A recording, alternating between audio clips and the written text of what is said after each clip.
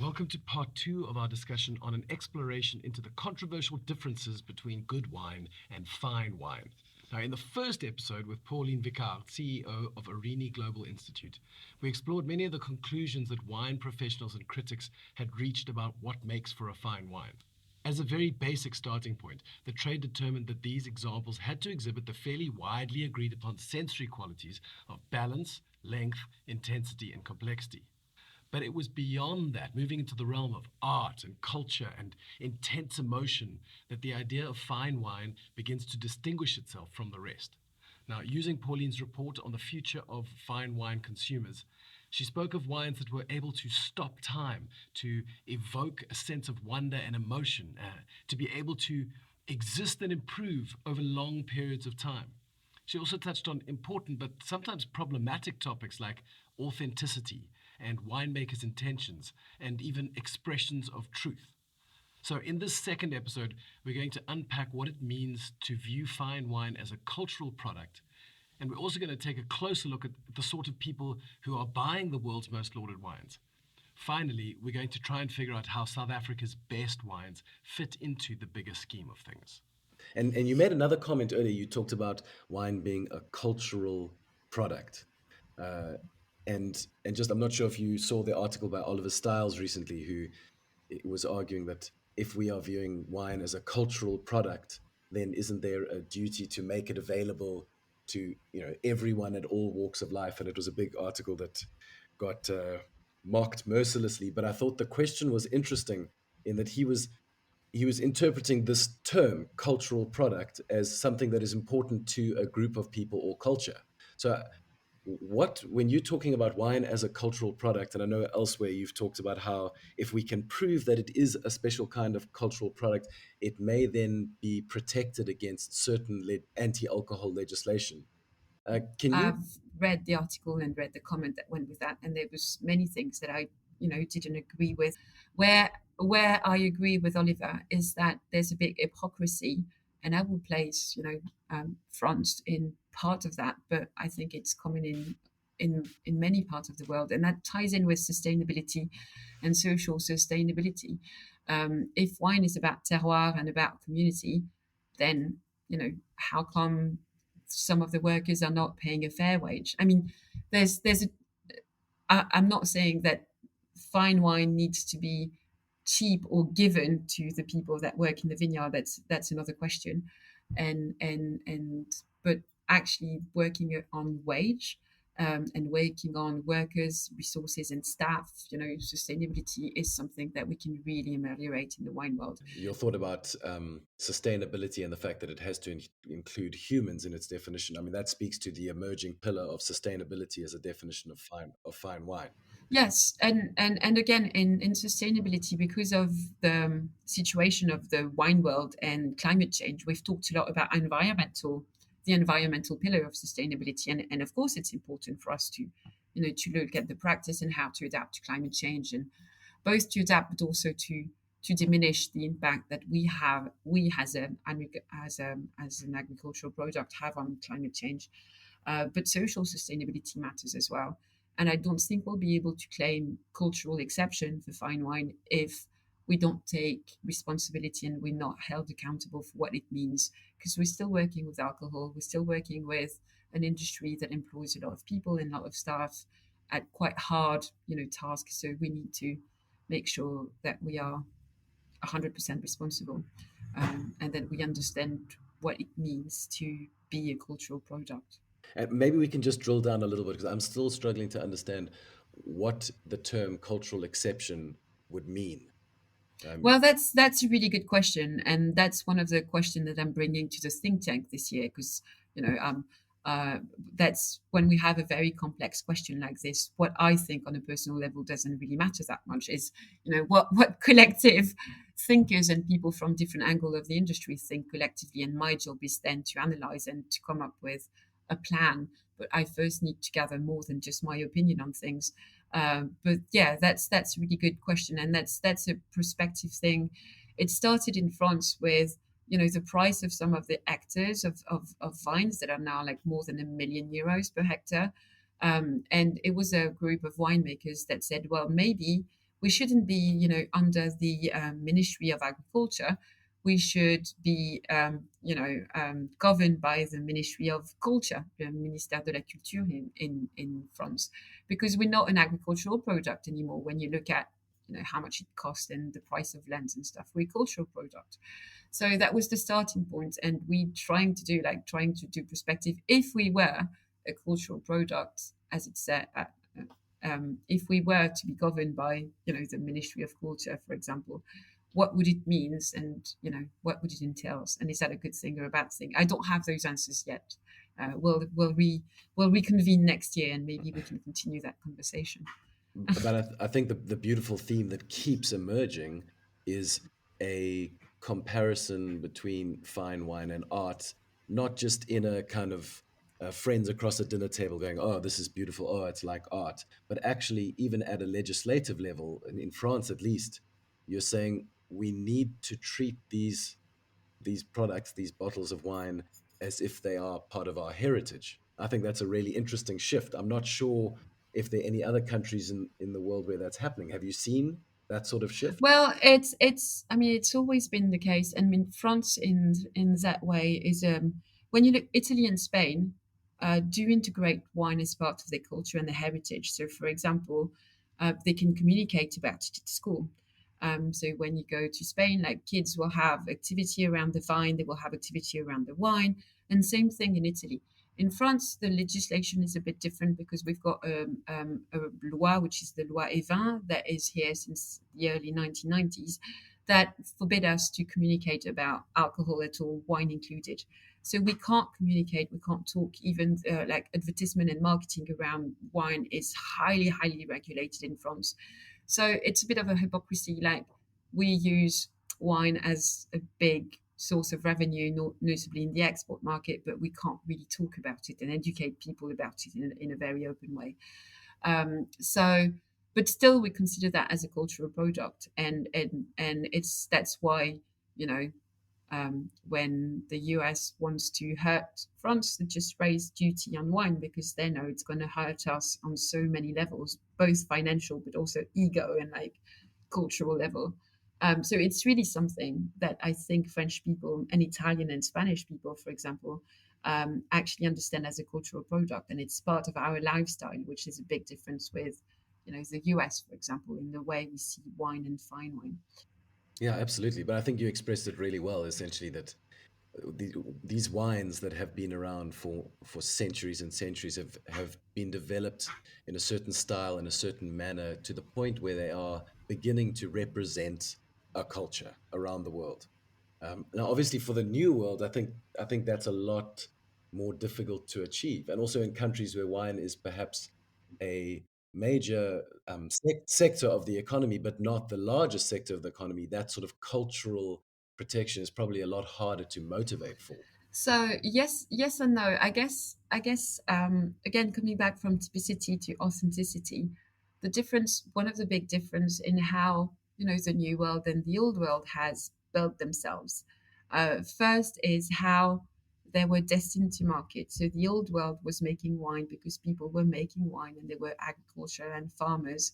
And again, that term farmers, or paysans in French, has a very big cultural context that doesn't really translate that well.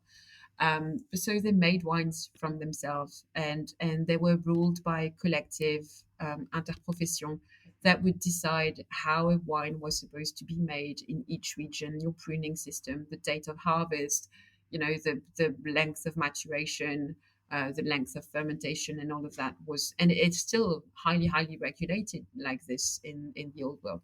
In the new world, historically, wine has been developed for a market. So the commercial necessity of wine was there first. It was something to be sold, where whether in France or in Europe, it was something to be made and drunk. So that's a bit of a difference in mindset. And also, the new world historically hasn't had that collective pressure, and that collective definition of how wine needs to be made. And it's a strength and a weakness at the same time, because having 100% or nearly 100% freedom with what you can do means that it's difficult to be typical, because everyone will do different things, but it gives you more leeway to be authentic because then you can really think about what, again, you think what's the best. And then when you look at how it translates in the market, then the big strength for regions like Bordeaux or Burgundy is that they've got that collective image because they've been working on typicity on that collective approach for many years. And they all agreed to some extent of what a wine should be made. And it was more about how the wine should be made, that because everyone was making the wine the same way, then it tasted very similar, hence typicity. Um, so you have that collective image, and now Bordeaux and Burgundy are associated in terms of style and in terms of quality in the mind of consumers. But when you look at the recent development in those regions with more and more authenticity, more and more winemakers actually saying, well, why the hell are we doing this that way? I don't want to harvest at that date. I want to harvest like 3 weeks later because I don't think we've got the right ripeness.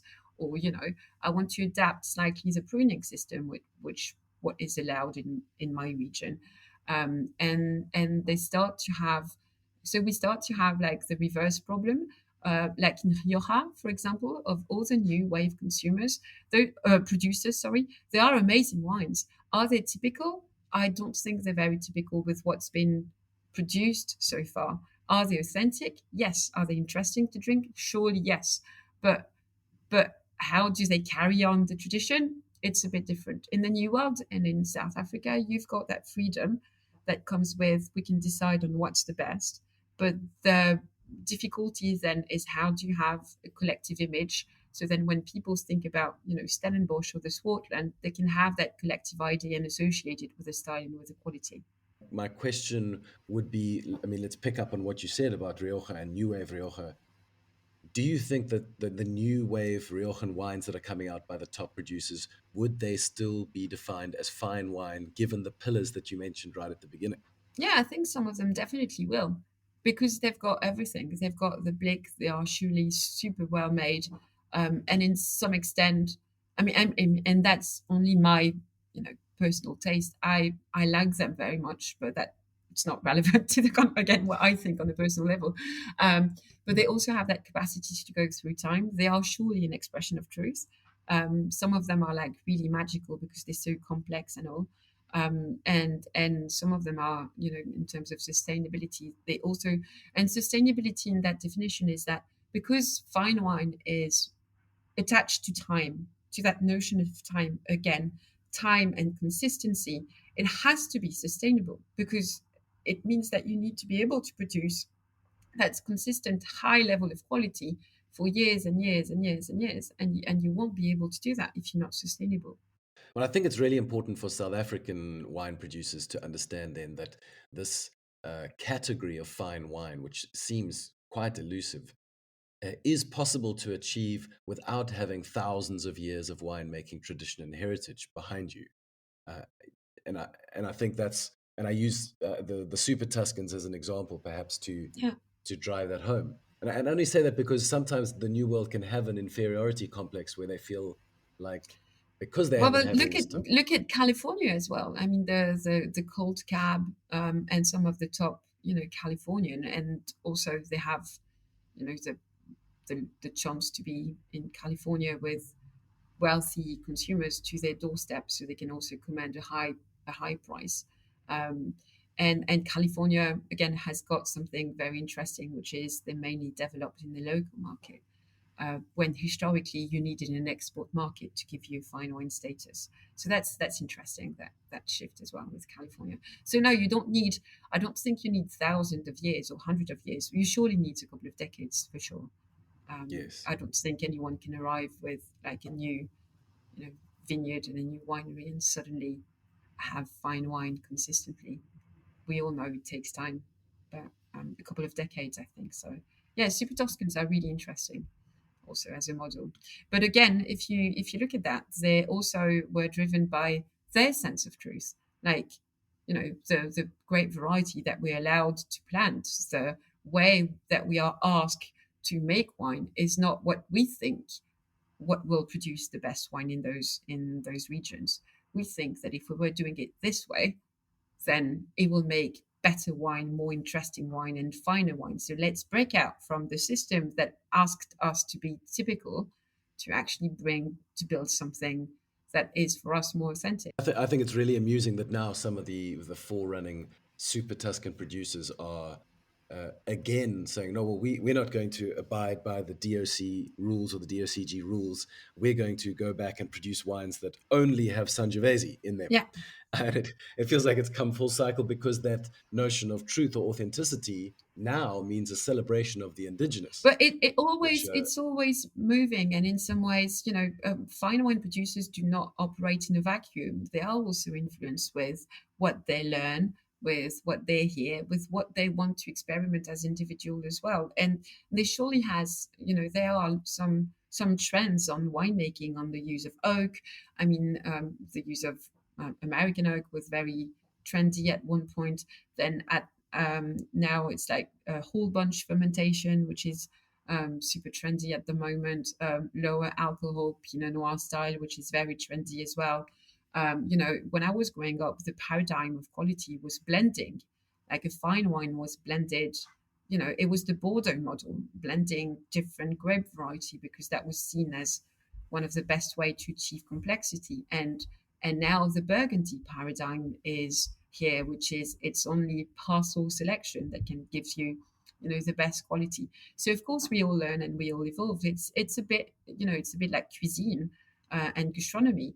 You've got, a couple of recipes, and the further you grow and the further you learn from what you like to make and what, the people like to eat, then you adapt. It's always a moving thing. And that what makes the wine world so exciting, to be fair. Is those constantly adaptation and new expression of truth.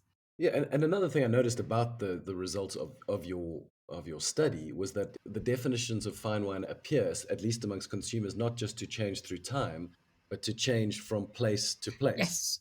And I noticed that around the world, qualities that make for a fine wine may be agreed upon in a market like China or Hong Kong, but would then be very different to, for example, the United Kingdom. Can you perhaps outline some of the differences that you found more noteworthy amongst the different markets? Yeah, so thank you for taking me back to the consumer, because since the beginning, I'm like, yeah, we need to talk about the consumer. We've talked about the wine too much. And then I've spent the last half an hour talking about wine and the definition of the trade and not the definition of the consumer. So that shows you where the problem lies, is how much we like to talk about the wine itself. So again, the trade, we had those 4 pillars in the definition, and then we've kind of split those 4 pillars in attributes, and we've asked the consumer, for a wine to be considered fine for you, what attributes does the wine needs to have against those 4 markets? So again, UK, US, mainland China, and Hong Kong.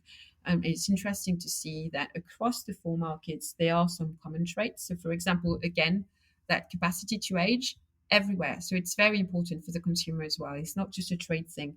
And that consistency through time, also across the board, not just for trade, but also for consumers. And if you think also of that particular segment of the fine wine consumers that are collectors and investors, both the quality and the capacity to age is also important, because otherwise, how can you build a collection? How can you think about investing in wine if the wine doesn't go through time? Then the high ratings were also the fact that it has high ratings and high score from the critics were also across the board, across, the 4 markets.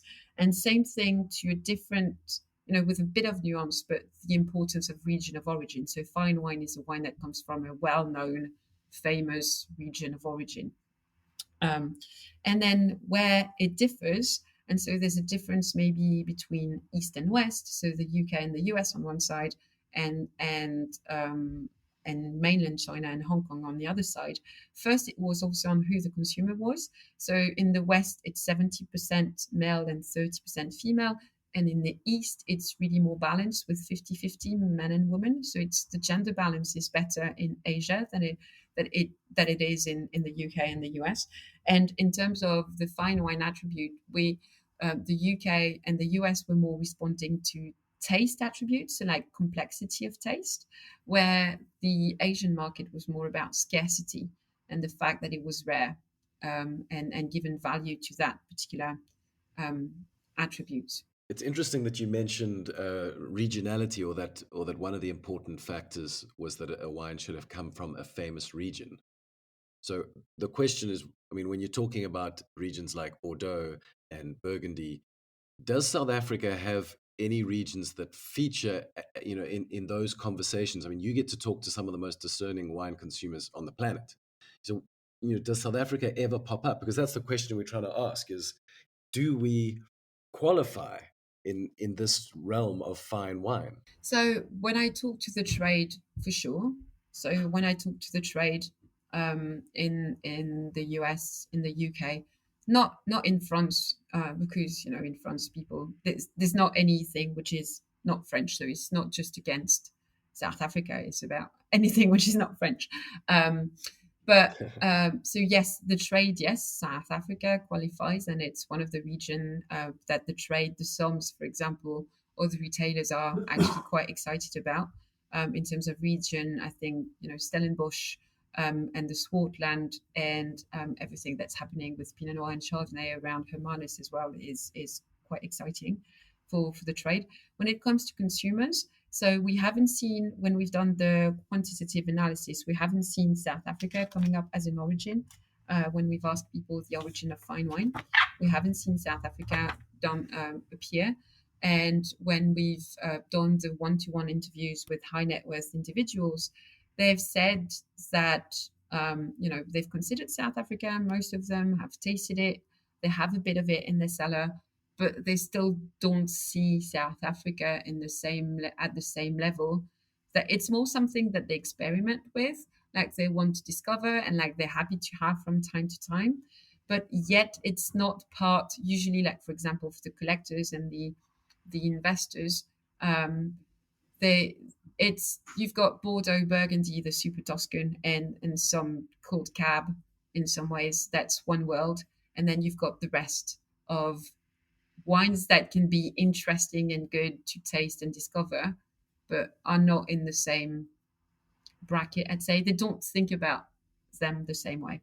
And Pauline, perhaps one last question, just for uh, you personally. I know this is not from the contents of your study, but I'd love to know, when you think about brand South Africa in the context of fine wine, what do you think are the opportunities that are most exciting for South African wine?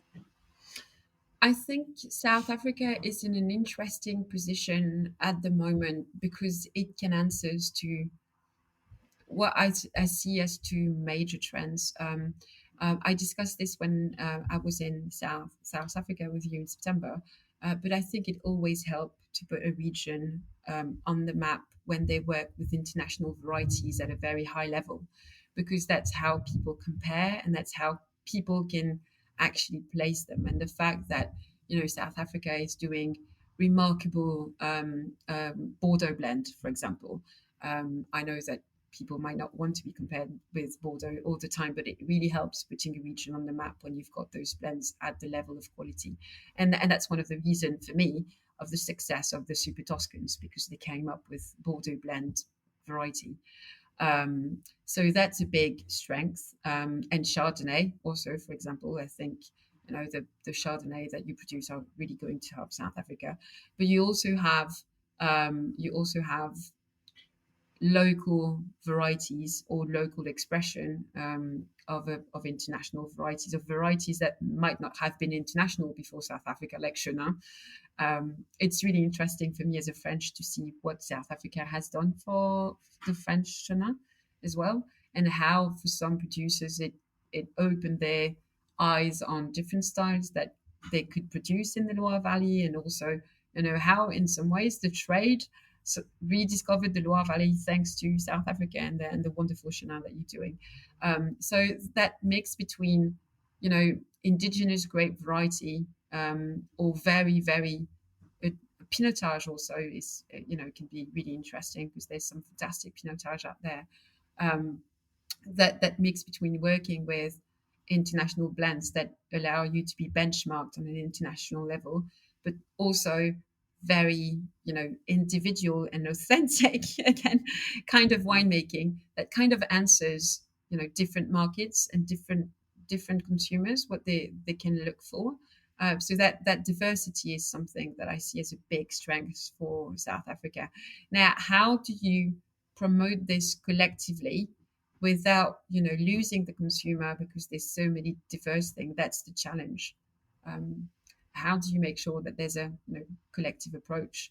Because I don't see anyone going solo. I mean, again, unless you Penfold or Moët de Chandon, and you've got huge budget to support that, to support you as a brand, there will always be a need for collective approach in fine wine, I suppose. Well, Pauline, I just wanted to thank you for the time that you've given us today. I know we took a lot of it, but it's been fascinating to hear you talk through these notions of truth, just of expression of wonder and awe of a wine's ability to stop time. I think it's really important the way you outlined these qualities, uh, in that they need to be elevated beyond just what's in the bottle. And I think that makes the whole idea of fine wine a lot easier to understand for consumers. So thank you so much for sharing your expertise. I can't wait to hear how sustainability is going to emerge more as a topic. I wanted to talk about the aesthetics of packaging